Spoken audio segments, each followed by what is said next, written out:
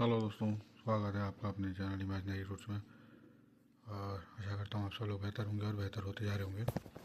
दोस्तों, आज का जो हमारा जो टॉपिक है वो है आपके संस्कार के ऊपर। 16 संस्कार जो हमारे भारतीय सनातन धर्म में है, उसमें 16 संस्कार बताए जाते हैं। और इन संस्कारों से ही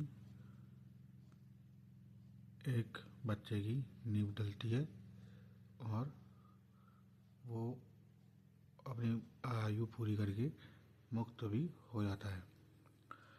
लेकिन इन 16 संस्कारों की जिनके बारे में अभी चर्चा करने जा रहा हूँ, उससे पहले मैं कुछ बताना चाहता हूँ कि जैसे ये जो 16 संस्कार हैं, ये सारे के सारे तो नहीं होते हैं। अब बहुत से संस्कार तो विलुप्ति होने की कगार पर हैं या विलुप्त तो हो चुके हैं। बहुत से लोगों को तो पता भी नहीं होगा कि 16 संस्कार होते गए हैं। सुना सबने है कि 16 संस्कार होते हैं। जैसे आपके कुछ संस्कार इसमें आपके अभी आप सुनेंगे तो आपको पता चलेगा। और ये मैं इसलिए भी बता रहा हूँ ताकि हम लोगों को इस बारे में जानकारी हो, हमारे बच्चों को इस बारे में जानकारी हो, हमारे बड़े बुजुर्गों को जो जिनको याद है या जो घर में कहते हैं नहीं करा पाते हैं, कम से कम अगर नहीं भी हैं तो अब आने वाली नस्ल को, इस नस्ल को नहीं पता है तो आने वाली नस्लों को पता हो ताकि वो करें। क्योंकि मकान की नींव जब डलती है ना, तो वो मजबूती होनी चाहिए। किसी भी बच्चे का जो जन्म होता है वो आपके सोच समझ के प्लान करके ही करना चाहिए, अच्छे से ही करना चाहिए। अगर आपकी आर्थिक स्थिति ठीक नहीं है या आप मजबूरी में हैं तो आप ऐसी एक दिव्य आत्मा का आह्वान करके उसे बुला रहे हैं और फिर उसको आप समय नहीं दे पा रहे हैं या उसको ठीक ढंग से संस्कारित नहीं कर पा रहे हैं, तो फिर उसमें गलती माँ बाप की ही है। उसमें उस बच्चे की कोई गलती नहीं है। आज जितने ही माँ बाप हैं जो कहते हैं कि आपके हमने तेरे लिए ये नहीं करा, वो नहीं करा, क्या नहीं करा, बिल्कुल करा। हर माँ बाप करते हैं, मना नहीं कर रहे हैं। मैं भी एक बच्चे का पिता हूँ, लेकिन कहीं पर हमसे भी कमियाँ रह जाती हैं, हम भी नहीं कर पाते हैं। समय नहीं दिया जाता है क्योंकि काम होता है अधिक। और आज के युग में सबको कमाना ही सबका पहला उद्देश्य है, ताकि वो सोचते हैं कि अगर ये कल को कुछ नहीं भी कर पाया, आदमी पहले ही ये सोच लेता है दूर का कि अगर ये कल को कुछ नहीं कर पाया तो कम से कम इसकी प्रोटेक्शन के लिए मैं इसके लिए कुछ ज़मीन जोड़ दूँ, इसके लिए घर बना दूँ या इसके लिए कुछ कर दूँ। लेकिन मेरे हिसाब से तो बच्चे के संग समय देना, बच्चे को जो इस माँ बाप ने अपने बच्चे को समय दिया है, उसको सींचा है, वो बच्चे अच्छे ही निकलेंगे। या फिर वो कोई दिव्य पुण्यात्मा होंगे जो आज के युग में बिना किसी ऐप के, किसी व्यसन के और अपने माता पिता के संस्कारी होंगे, या उनकी पीढ़ी ही इतनी अच्छी होगी। सिर्फ यही चीज़ें हो सकती हैं जो आज के समय में इतने अच्छे। ऐसा नहीं है कि आजकल के समाज में अच्छे लोगों की कमी है, अच्छे लोग भी बहुत हैं। और लेकिन जो आजकल जो नए नए बच्चे जिनके अंदर में स्कूल जा रहे हैं, शराब पी रहे हैं, या ये रेप हो रहे हैं, या फिर इससे से जुड़ी भी और भी बहुत सारी घटनाएं घटित हो रही हैं। छोटे छोटे बच्चे, इतने छोटे कि हम लोग उसका अनुमान भी नहीं लगा सकते। मतलब इतने छोटे कि मतलब हम सोच भी नहीं सकते कि इसके मन में ऐसा पाप होगा या ऐसा कुछ होगा। अब लोग बाग कहते हैं कि ये मोबाइल ज़्यादा देखता है। मोबाइल तो चलो किसी के घर की स्थिति अच्छी है, उसने अपने बेटे को दे दिया या चोरी छिपे उसने देख लिया। मोबाइल के अलावा समाज में और भी तो बहुत सारी चीज़ें हैं। टीवी है, आपके साथ में नहीं देखेगा तो बाहर जाके देखेगा। अब लोग बाग कहते हैं इसके यार दोस्त दूर हैं। यार दोस्त ही एकमात्र एक ऐसा संस्कार कहा जा सकता है इसको, या एक ऐसा रिश्ता है यार दोस्ती का जो इंसान खुद बनाता है। बाकी सारे रिश्ते तो पहले से बने बनाए ही मिलते हैं। लेकिन मित्र इंसान खुद चुनता है या उसके पूर्व कर्म चुनते हैं कि वो कैसे लोगों के संग में जुड़ेगा, या उसके घर का परिवेश या जैसी सोसाइटी में वो रहता है, जैसे समाज में वो रहता है। क्योंकि मित्र अमूमन अगल बगल के ही बनते हैं। यहाँ तक कि मैं तो बहुत से बच्चों को ऐसा भी देखा है कि उनके माँ बाप ही उनके मित्र होते हैं और वो बाहर वालों से कोई मतलब भी नहीं रखते हैं और वो सफल भी हैं। लेकिन उनमें सामाजिकता की कमी ज़रूर है, थोड़ी बहुत सामाजिक नहीं है। लेकिन आज की तारीख में तो ऐसे ही लोगों को, ऐसे ही बच्चे लगते हैं जो ज़्यादा बाहर घुले मिले नहीं और घर में ही के हिसाब से ही रहें। लेकिन वो बेचारे अक्सर धोखे का शिकार हो जाते हैं, या तो उनके घर में असंस्कारी बहू हो जाती है, या फिर कैसे ना कैसे, मतलब बाधा तो हर तरीके से आती है जीवन में, और उसको निकलना, उससे बाहर निकलना वो आपके हाथ में है। चलिए दोस्तों, ज़्यादा यहाँ समय बर्बाद ना करते हुए हम आगे बढ़ते हैं, और कृपया मेरे चैनल को लाइक शेयर एंड सब्सक्राइब करें। और मैं अब अपने जो 16 संस्कारों की बात है, पहले मैं आपको उन 16 संस्कारों के नाम बताता हूँ, फिर उसके बाद उनके बारे में एक एक करके आपको बताता हूँ कि संस्कारों में क्या होता है। तो आप एक कॉपी एक पेन लेके भी नोट कर सकते हैं, या फिर आप मेरी वीडियो को दोबारा दोबारा देख सकते हैं। और प्लीज़ मेरे चैनल को शेयर भी करें, ताकि लोगों को पता भी चले जो लोग भूल गए, क्योंकि मैं बहुत तरीके से समझाने की कोशिश करता हूँ। अगर मुझसे कहीं पर गलती होती तो मुझे बताएं कि आपको भैया ऐसा करना चाहिए, या बेटा ऐसा करना चाहिए। बड़े भी देखते होंगे, छोटे भी देखते होंगे, स्त्रियाँ भी देखते होंगी, माता पिता भी देखते होंगे, और बहुत से लोग और भी देखते होंगे। तो जो भी लोग इसको देखते हैं वो देखें और समझें। तो ठीक है, आगे बढ़ते हैं दोस्तों। पहला संस्कार जो है हमारे उसमें शास्त्रों में जो बताया गया है वो है गर्भाधान संस्कार, फिर है पुंसवन संस्कार, फिर है सीमंतु नयन संस्कार, फिर है जात कर्म संस्कार, फिर है नामकरण संस्कार, फिर है निष्क्रमण संस्कार, फिर है अन्नप्राशन संस्कार, फिर है चूड़ा कर्म संस्कार, फिर है विद्याध्ययन संस्कार, फिर है कर्ण छेदन संस्कार, फिर है यज्ञोपवीत संस्कार, जिसको जनेऊ और उपनयन भी संस्कार भी बोलते हैं, फिर है वेद प्रारंभ संस्कार, फिर है केशांत संस्कार, फिर है समावर्तन संस्कार, फिर है विवाह संस्कार, फिर है अंत्येष्टि संस्कार। तो दोस्तों, इस तरीके से मैंने आपको अभी जो नाम गिनाए हैं वो हैं 16 संस्कारों के। इसको आप याद भी कर सकते हैं, और ये शुरुआत से लेके अभी तक का है डिटेल, आपके मृत्यु तक का। तो इससे के माध्यम से कैसे इंसान इस धरती पर पैदा होता है और कैसे पंच तत्व में विलीन होता है, इस पर अगर आप लोग कहेंगे तो मैं वो भी बना दूंगा। लेकिन अभी फिलहाल हम संस्कारों की बात कर रहे हैं, तो संस्कारों पे आगे अपनी बात बढ़ाते हैं।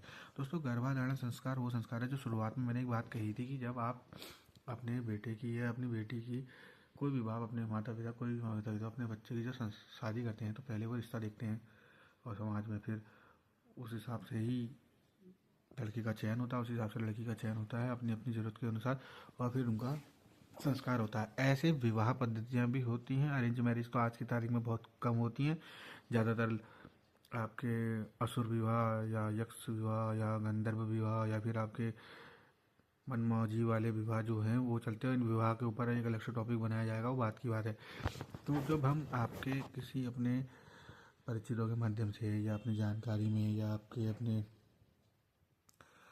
सोच से जब हम किसी का चयन करते हैं, उसको लाते हैं, तो वो हमें पहले तभी लाना चाहिए जब आप सक्षम हो। अगर आप सक्षम नहीं हो तो वो माता पिता भी दोषी हैं जो उसकी शादी कर रहे हैं, और वो जिससे शादी हो रही है उसके माता पिता भी दोषी हैं जो अपने लड़के को किसी लड़की के गले बांध रहे हैं, या किसी लड़की को अपने लड़के के गले बांध रहे हैं, अपने घर का जलती आग दूसरे के घर में पहुंचा रहे हैं। तो इसमें पाप जो है, लड़की का जीवन बर्बाद होगा या लड़के का जीवन बर्बाद होगा, लेकिन दोष इसका माँ बाप को और उनकी पीढ़ी को लगेगा। लेकिन अगर वो तरीके से देख के समझ के अगर उसकी शादी करते हैं या उसका सब पूरा हिसाब किताब बना के चलते हैं तो वो ठीक रहता है। खैर, इसकी बात अभी बाद में आएगी, ये थोड़ा पहले इसलिए आ गया क्योंकि इसमें गर्भधान की बात है। तो ये कह रहे हैं कि किसी भी आत्मा को इस संसार में, जब आप किसी बच्चे को जब आप लाते हैं तो उसके बारे में जब तक आप मजबूत ना हो सर्व ढंग से, सब प्रकार से, तब तक आप उसको ना लाएं, और अच्छे समय में गर्भाधान करें, और बच्चे का के फ्यूचर के लिए अच्छा सोच के करें। तो ये तो पहला संस्कार हो गया, गर्भाधान संस्कार। फिर है पुंसवन संस्कार। ये संस्कार आपके शुरुआत के 3 महीनों के अंदर में होता है। बहुत से लोग कराते हैं, फिर भी बहुत से लोग नहीं कराते हैं, कहीं होता है कहीं नहीं होता है। लेकिन ये होता है बच्चे की भलाई के लिए, कि उसके मानसिक विकास ठीक ढंग से हो और आपके वो सुरक्षित रहे। उसके बाद आपके दोस्तों होता है श्रीमंतु नयन संस्कार। ये जो संस्कार है दोस्तों, ये जो संस्कार है, इस संस्कार में आपका ये होता है माता के लिए। ये माता के लिए होता है क्योंकि इसमें ऐसा है कि जो अपने गर्भ में बच्चे को रखी हुई है, उस देवी के पेट में जिसमें बच्चा पल रहा है, उस पर नकारात्मकता का प्रभाव ना पड़े और सकारात्मक माहौल में वो रहे, ताकि बच्चा अच्छी चीज़ें गर्भ से सीख के आए। जैसे आपके अभिमन्यु गर्भ से ही चक्रव्यूह भेदना सीख गए, लेकिन बाहर आना नहीं सीख पाए क्योंकि माता को नींद आ गई। तो बच्चा जब माँ के गर्भ में होता है तो वो ये सब चीज़ें इस दौरान सीखता है। तो ये सीमंतु संस्कार होता है, ये 8 महीने के आसपास में होता है। फिर होता है दोस्तों आपके जात कर्म संस्कार। जात कर्म संस्कार वो संस्कार होता है दोस्तों जिसमें आपके बच्चे को बाहर लाके उसको धूप दिखाई जाती है और उसको बताया गया उस बच्चे को बाहर लाया जाता है, उसको तो वो करी जाती है, उसकी ज़रा उसके ऊपर धूप की किरणें हिड़ने लगती हैं तो उसका विकास अच्छे से होता है। फिर उसके बाद दोस्तों आपके हैं नामकरण संस्कार। नामकरण संस्कार दोस्तों वो संस्कार है जिसमें बच्चे को उसकी ग्रह नक्षत्रों के हिसाब से, उसकी जो राशि बनती है उसके हिसाब से उसका नाम रखा जाता है। तो जात कर्म संस्कार वो संस्कार है जब बच्चे के बाद पैदा होने के तुरंत बाद किया जाए, जब बच्चे को शहद या आपके पानी यानी उसको पिलाया जाता है, चढ़ाया जाता है, ताकि उसकी सेहत अच्छी बनी रहे। फिर दोस्तों होता है नामकरण संस्कार। नामकरण संस्कार वो संस्कार होता है दोस्तों जिसमें जिस घड़ी में, जिस नक्षत्र में, जिस तिथि को वो बच्चा पैदा हुआ है उसकी गणना करके उसका हिसाब से उसके 11वें दिन आपके उस बच्चे का नामकरण संस्कार होता है। फिर दोस्तों होता है निष्क्रमण संस्कार। निष्क्रमण संस्कार दोस्तों वो संस्कार होता है जिसमें बच्चे को सूर्य और चंद्रमा के दर्शन कराए जाते हैं पहली बार और उसको आशीर्वाद प्राप्त होता है। फिर उसके बाद होता है दोस्तों अब इस यहाँ पर एक संस्कार है अन्नप्राशन संस्कार। ये सभी जानते होंगे। अन्नप्राशन संस्कार कई जगहों पे अलग अलग ढंग से होता है। जैसे कहीं पर 5वें महीने में लड़कियों का कर देते हैं और 6ठे महीने में लड़कों का होता है। इसमें पहली बार बच्चे को अन्न चढ़ाया जाता है, पूजा होती है और बच्चे का ये काम होता है। उसके बाद दोस्तों आपके होता है चूड़ा कर्म संस्कार। चूड़ा कर्म संस्कार दोस्तों वो संस्कार होता है जिसमें आपके बच्चे के 3 वर्ष में, 1 वर्ष से 3 वर्ष के बीच में विषम वर्षों में बच्चे के पहली बार बाल उतारे जाते हैं।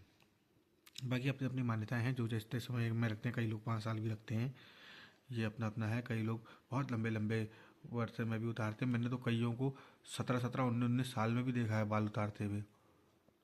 और मतलब मैं तो चौंक गया कि इतनी लंबी उम्र में मतलब उनने बाल रखे थे। तो ऐसा भी होता है, विषम वर्षों में उतरते हैं। फिर होता है विद्यादान संस्कार। दोस्तों इस संस्कार में ऐसा होता है पहली बार बच्चे को कलम वलम पकड़ा के उसके हाथ से अक्षर अक्षर बनाए जाते हैं। अब तो ये बहुत कम होता है, अब तो सीधे स्कूल में ही डालते हैं बच्चे को। अब तो ऐसे तो कहाँ होता है, लेकिन बहुत लोग कराते हैं, हमने तो कराया। फिर 10वां संस्कार होता है दोस्तों कर्ण छेदन। आपके ये जो है दोस्तों इससे बहुत प्रभाव पड़ता है उसके तंत्रिका प्रणाली, ये जो अंदर की जो इम्यून सिस्टम जो कहते हैं, इस पर भी बहुत फ़र्क पड़ता है और अब उसका तंत्र मजबूत होता है। और वो इसमें कान छेद के यहाँ पर आपके कान में सोने की बाली पहनाई जाती है, पूरी पूजा पाठ होती है। ठीक है दोस्तों। फिर इसके बाद होता है यज्ञोपवीत। अब यज्ञोपवीत में अलग अलग हिसाब किताब है बहुत। जैसे धर्मों के हिसाब से 4 वर्णों में ब्राह्मणों का 8 वर्ष में, क्षत्रियों का 19 वर्ष में, वैश्यों का 23 वर्ष में, शूद्रों का 27 वर्ष में, ऐसे करके जनेऊ बताया जाता है। हालांकि आजकल कोई मानता नहीं है, सब अपने को बड़ा ही समझते हैं, अपने अपने हिसाब से सब लोग करा देते हैं। जिसको जब समय मिलता है वो तब करा देता है। फिर होता है वेद प्रारंभ संस्कार। ये दोस्तों वो संस्कार है जब बच्चे को आपके भेजा जाता है पढ़ने के लिए। पहले के समय में तो ऐसा ही होता था कि ऋषि मुनि गुरुकुल में बच्चे को भेजा जाता था, फिर वो वहीं सब कुछ सीखता था फिर आता था। अब आजकल तो स्कूल चले आ रहे हैं बच्चे 3 साल की उम्र से ही, ढाई पौन 3 3 साल की उम्र से बच्चे स्कूल चले जा रहे हैं, प्ले स्कूल चले जा रहे हैं, किड्स स्कूल चले जा रहे हैं। क्या संस्कार, क्या क्या आजकल तो होड़ लग गई है, बच्चों को बना दिया कंप्यूटर मशीन जैसा, बेचारे छोटे छोटे से बच्चे। और वहाँ भी आपके पता नहीं उनके संग में क्या हो रहा क्या नहीं हो रहा, क्योंकि 24 घंटे उनके ऊपर हमारी नज़रें तो होती नहीं है। और जितना आप घर में बच्चों को सिखाते हैं वो और भी कभी कभी बेवकूफ़ बन के भी आता है, कोई कोई होशियार ही बन जाते हैं। फिर होता है दोस्तों एक केशांत संस्कार। केशांत संस्कार दोस्तों ये होता है 13 वर्ष की आयु में, कहा जाता है कि जब पहली बार बच्चा जब बड़ा होता है तो उसके दाढ़ी मूंछ आते हैं, तो उसके बाल, दाढ़ी बाल उसके बनाए जाते हैं यहाँ से कि अब तुम बड़े हो रहे हो, युवा अवस्था में तुम्हारा पदार्पण हो गया है, अब तुम्हें समझदारी से काम लेना है। ये 13 वर्ष की उम्र में होता है। अब ये तो हम लोग खुद ही आजकल तो खुद ही शौक शौक में बच्चे खुद ही कर लेते हैं, और ये कहीं कहीं होता होगा और कहीं कहीं नहीं होता होगा। मैंने तो आज तक वैसे अपने आसपास के समाज में ऐसा होते हुए तो नहीं देखा है, लेकिन करने वाले करते होंगे, उच्च कोटि के ब्राह्मण लोग करते होंगे, या जो इस संस्कारों में जिनका बिलीव है जो ऐसा करते होंगे वो लोग कराते होंगे। ये सारे संस्कार फॉलो करने वाले लोगों की कमी थोड़ना है कोई। जब ये सब चीज़ें हो रही हैं तभी तो मैं इनके बारे में जिक्र कर रहा हूँ, क्योंकि मुझे भी तो ये बाहर से ही पता चल रहा, मैं कौन सा जो आपके इतना जानकार हूँ। तो मैं आप लोगों की नॉलेज शेयर करने के लिए इसको बना रहा हूँ वीडियो, ताकि हमारे बड़े बुजुर्गों को भी पता रहे, याद रहे कि हम जो चीज़ें भूल गए हैं कम से कम नई पीढ़ी तो करे। हम नहीं कर पाए उस समय, आज तुम मजबूत हो तुम तो करो, ये वाली बात है। फिर उसके बाद आपके दोस्तों होता है समावर्तन संस्कार। समावर्तन संस्कार दोस्तों, समावर्तन संस्कार वो होता है जिसमें जैसे आपने कोई डिग्री कोई कोर्स कर लिया।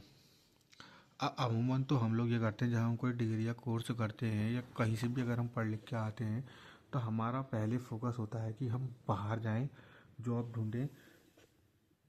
जो घर से बिजनेस वाले हैं वो बिजनेस करते हैं, जो ज़मीन जायदाद वाले हैं वो अपनी ज़मीन जायदाद देखते हैं, ऐश करते हैं।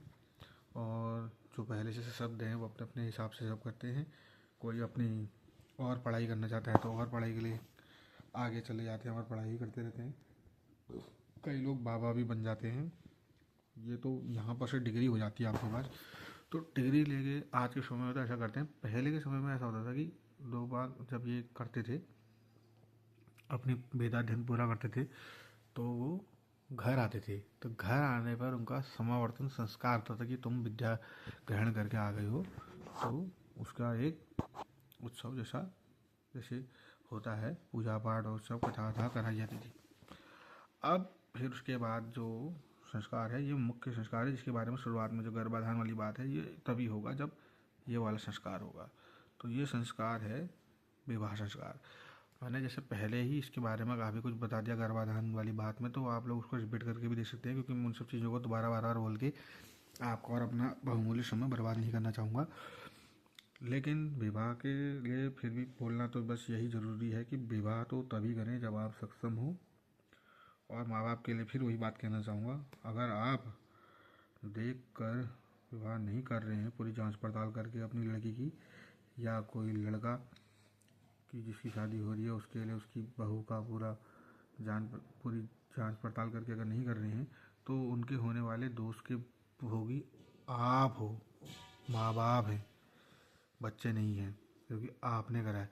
हाँ, वो बात अलग है अगर उनका वो आजकल जो चल रहा है लव मैरिज और यक्ष विवाह, गंधर्व विवाह, इस टाइप के राक्षस विवाह, बलपूर्वक आपके बच्चे हो जा रहे हैं आजकल, ये जो अंट टाइप की हरकतें होती हैं, तो ये तो या तो नियति ऐसी थी या फिर आपके बच्चों की गलती है। तो यहाँ तक तो हो गए हमारे 15 संस्कार। अब 16वां संस्कार दोस्तों, ये आखिरी संस्कार और सबसे महत्वपूर्ण संस्कार है। ये करेंगे आपके अपने बच्चे, आपका अपना पुत्र।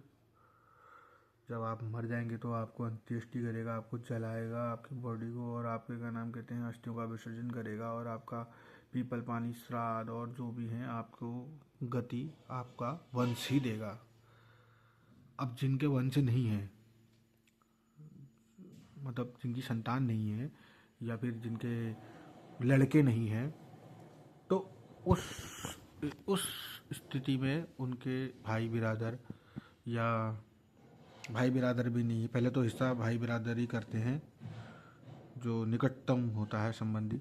फिर यदि उसका लड़की है तो लड़की का जो उनका जमाता होगा वो करेगा। ऐसे करके है। ये तो आप अपने पंडितों से पूछ सकते हैं कि कौन करेगा कौन नहीं करेगा, मैं इस बारे में ज़्यादा बात नहीं करता हूँ। लेकिन यहाँ पर एक गौर करने वाली बात और है, और वो गौर करने वाली बात यह है कि इतने संस्कारों के बीच में आपने देखा कि ये सारे इसके सारे संस्कार, ये सारे की सारी ड्यूटियाँ लड़कों की हैं। मतलब लड़कों की, मर्द की, आदमी की, बड़े बुजुर्गों की हैं। मतलब पुरुषों की हैं। स्त्रियों का तो खाली एक ही संस्कार होता है और वो होता है विवाह संस्कार। बाकी सारे संस्कार पुरुषों के होते हैं। 15 संस्कार तो 15 के 16 के 16 ही पुरुषों के होते हैं। और पुरुषों के ऊपर जिम्मेदारी अधिक है। और जिम्मेदारी अधिक इसलिए नहीं दी गई है कि आप उसका अनुचित फ़ायदा उठाएं। जिम्मेदारी इसलिए दी गई है कि आप उन जिम्मेदारियों का निर्वाह करें और अपनी जिम्मेदारियों से पीछे न हटते हुए, इन सब जिम्मेदारियों को निभाते हुए अपने जीवन को सफल करें।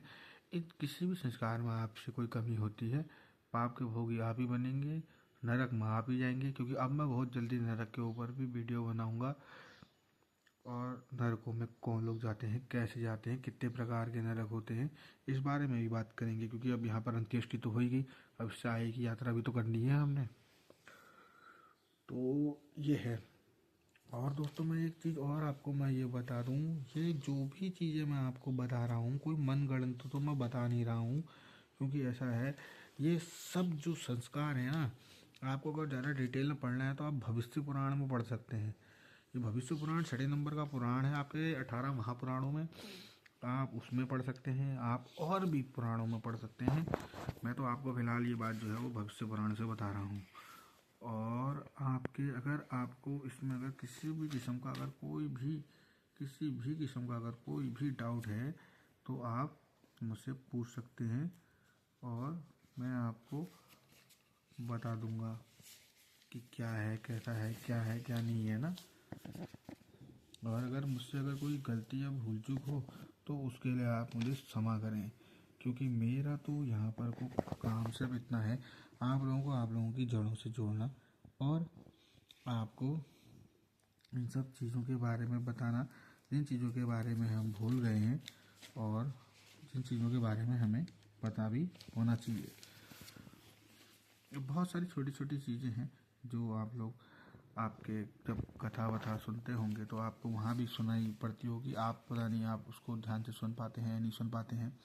दोस्तों, जैसे मैंने आपको बताया, ये भविष्य पुराण से बताया है। भविष्य पुराण जो है आपके इसमें 14,000 श्लोक हैं वर्तमान में। और ज़्यादा तो मैं अभी इस बारे में अभी बात नहीं करूँगा, क्योंकि इसमें कितनी डिटेल चीज़ें हैं ना, वो वैसी मेरी क्षमता नहीं है कि मैं ऐसे आपको बता दूँ। क्योंकि ना तो मैं कोई व्यास हूँ और ना ही मैं कोई आपके इतने उच्च कोटि का ब्राह्मण हूँ।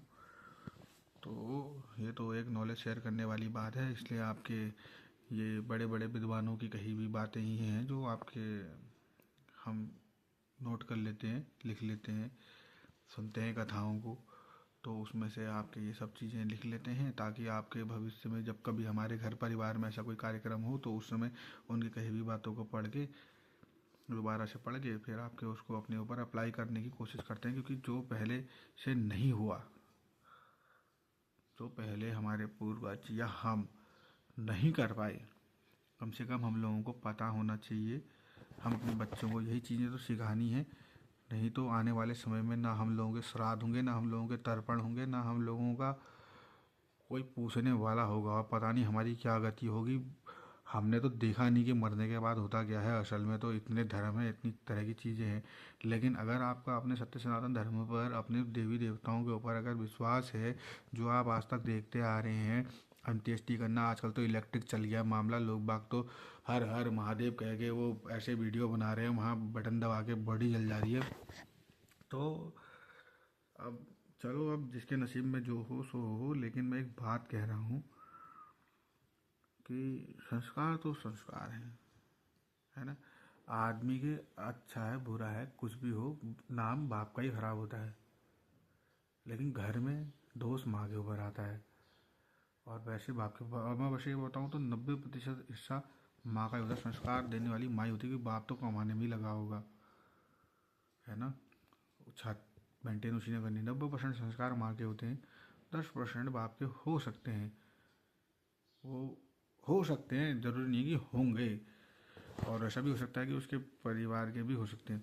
और बाकी अगर इतनी अच्छी परिवार होगी तो हो सकता है कि उनके कुल के भी संस्कार होंगे, है ना। वो तो अब धीरे धीरे धीरे धीरे धीरे धीरे सब मिटिया मेट होते जा रहा है। स्थिति परिस्थितियाँ बहुत विचारनीय हो गई हैं, सोचनीय हो गई हैं। तभी शायद आपके मेरे को भी ऐसी अकल आ रही है कि मैं ऐसे वीडियो बना रहा हूँ। और ऐसे वीडियो बनाते वक्त तो मैं सोचता हूँ कि न जाने कितना असंख्य पाप करे होंगे मैंने भी, शायद उसी का प्रायश्चित कर रहा हूँ मैं ये। तो मुझे मेरी गलती अगर कुछ हो तो उसके लिए मुझे श्राप माफ़ करें। और अगर मेरी बात अच्छी लगे तो लाइक शेयर चैनल सब्सक्राइब करें, ताकि मैं और ऐसी वीडियो बनाऊँ। और नहीं भी करेंगे तो भी मैं बनाना तो छोड़ूंगा नहीं, क्योंकि ऐसा है जो हमने गलतियाँ करी हैं वो तो हमने सुधारनी है। हम नहीं चाहते कि कोई और भी ऐसी गलतियाँ करे कि वो दुख झेले आगे को भविष्य में। जय हिंद, जय भारत, हर हर महादेव।